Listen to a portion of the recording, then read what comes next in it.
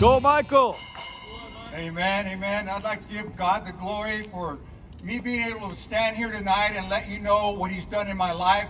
Just like Carlos, I never thought ever in my wildest dreams that I would be knocking on doors and telling people about Jesus Christ. I would kick in doors. I'll go get what you owe me.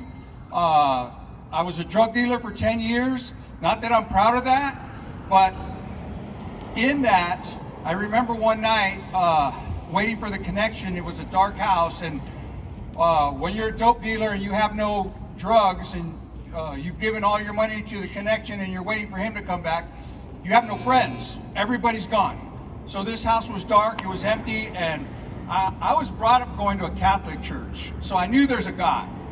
But you kind of take it all for granted, and you start going to Christmas and on Easter, and then there's no church.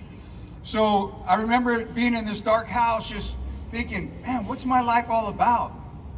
And I cried out to God. I said, God, is this what I'm going to be doing for the rest of my life? Waiting on the connection, waiting to sell, waiting for friends to be around.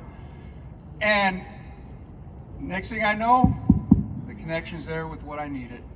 But forget about God. But you know what? He didn't forget that I cried out to him. And I know this sounds strange, but probably 2 weeks later, I get arrested. And in 10 years, I'd never been busted for dealing drugs. But I'm on my way to prison now.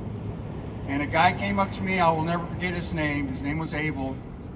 And he kept pressing in on me and telling me about God. I said, bro, we're in jail. We're in prison. Nobody wants to hear about God in here.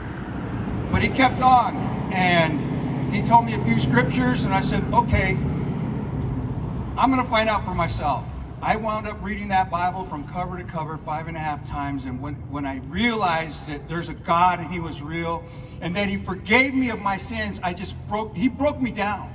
And I was weeping, I was crying, and I knew that I was cleansed and that he had touched my life.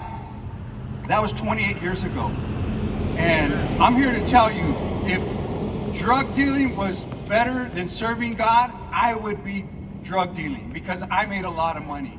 And I'm here to tell you it's not about the money. There's something after you die.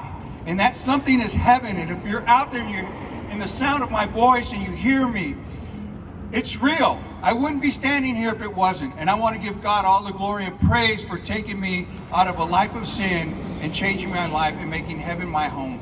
Thank you.